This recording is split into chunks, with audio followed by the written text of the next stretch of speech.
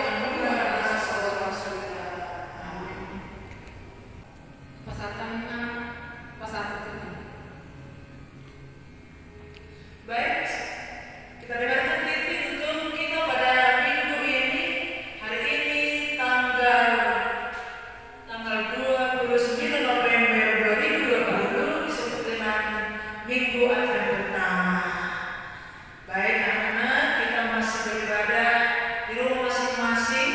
Untuk itu, jagalah selalu kesehatan dengan rajin mandi, cuci tangan, jaga jarak, dan jangan lupa selalu pakai masker. Semoga Tuhan menjaga kita semuanya. Semoga anak-anak Tuhan sehat di rumah masing-masing. Salam sehat, Tuhan Yesus memberkati. Demikianlah titik untuk kita pada minggu ini.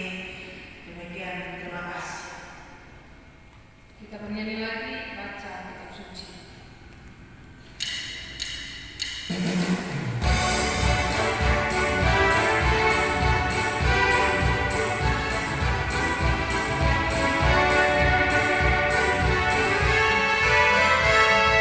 Baca kitab suci, doa tiap hari, doa tiap hari, doa tiap hari. Baca kitab suci, doa tiap hari dalam waktu, dalam waktu, dalam waktu.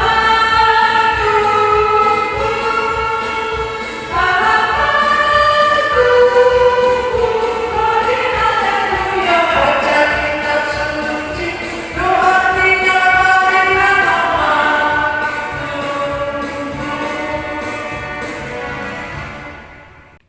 Selamat hari Minggu adik-adik sekolah minggu yang ada di rumah. Sebelum mendengarkan firman Tuhan, mari kita bersatu di dalam doa. Kita berdoa. Bapa di surga, Bapa yang mengasihi kami bersyukur ya Tuhan atas kesempatan buat hari ini.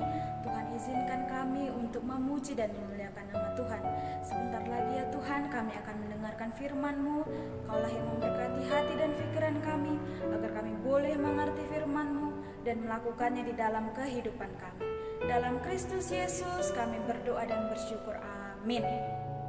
Adik-adik sekolah minggu yang ada di rumah, firman Tuhan bagi kita dari Yesaya pasal yang ke-11 ayat 1 sampai dengan ayat yang ke-3.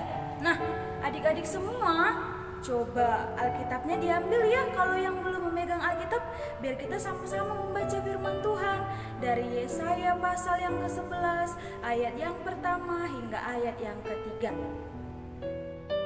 Suatu tunas akan keluar dari tunggul Isai, dan taruk yang akan tumbuh dari pangkalnya akan berbuah.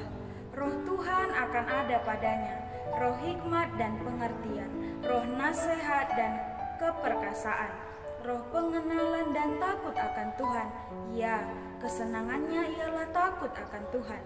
Ia tidak akan menghakimi dengan sekilas pandang saja, atau menjatuhkan keputusan menurut kata orang. Demikianlah firman Tuhan. Adik-adik sekolah minggu, adik-adik yang dikasihi Tuhan, adik-adik yang bersuka cita hari ini, karena kita boleh bersama-sama ya, kita bersama-sama memuji dan memuliakan Tuhan. Nah, adik-adik sekolah minggu, kakak mau tanya kepada kita semua ya, siapa yang pernah melihat raja? Ada tidak? Ada ya. Kalau misalnya kakak tanya tentang raja, pasti di dalam pikiran adik-adik adalah seorang yang memakai mahkota. Apalagi adik-adik, seorang yang memakai jubah yang indah, ya kan adik-adik? Dan seorang yang memiliki banyak rakyat, ya kan? Dan seorang yang biasanya adalah duduk di sebuah tahta kerajaan.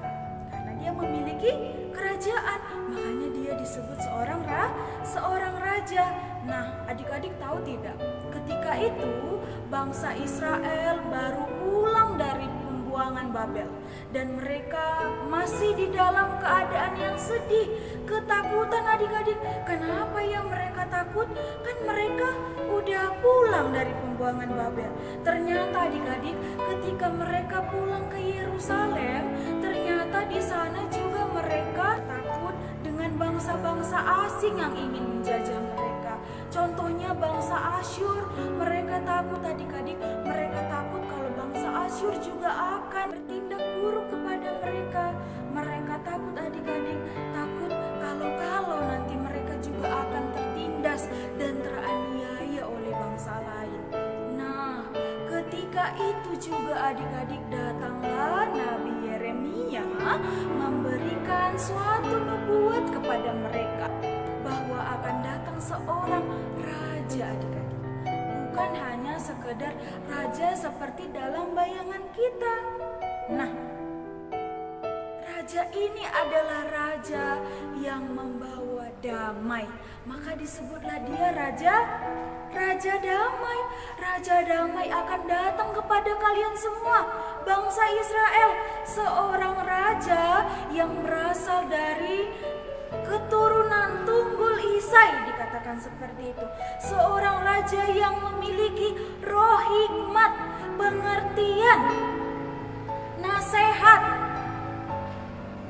keperkasaan, pengenalan, dan takut akan Tuhan.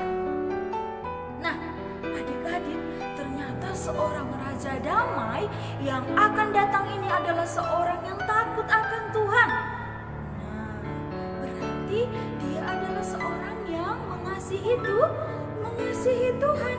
Maka dikatakan lagi adik-adik bahwa raja ini tidak mau menghakimi hanya dengan sekilas pandang saja, tetapi dia juga tidak mau menurunkan hukuman atau keputusan hanya dengan mendengar kata orang.